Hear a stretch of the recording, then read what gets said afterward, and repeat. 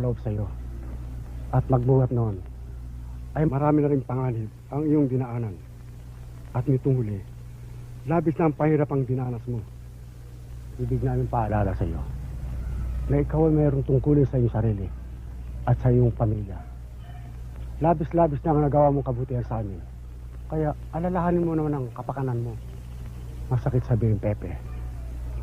Ngunit kung ganyan ang kalagayan ng iyong kamay, ay wala kang magagawa. Kaya kami ay nakikiusap sa iyo na huwag mo nang harapin ang iyong kalaban. Mahal ka namin, Pepe. Totoo yan, Pepe! Lisanin mo na ako, Pepe! Kaya nakikiusap kami, Pepe, na lisanin mo na ang bayang ito at magbagong buhay ka sa ibang lugar. At umasa ka ang lubos namin pasasalamat. Maraming salamat sa inyong lahat. Sa inyong pagkabahala. Tutuloy na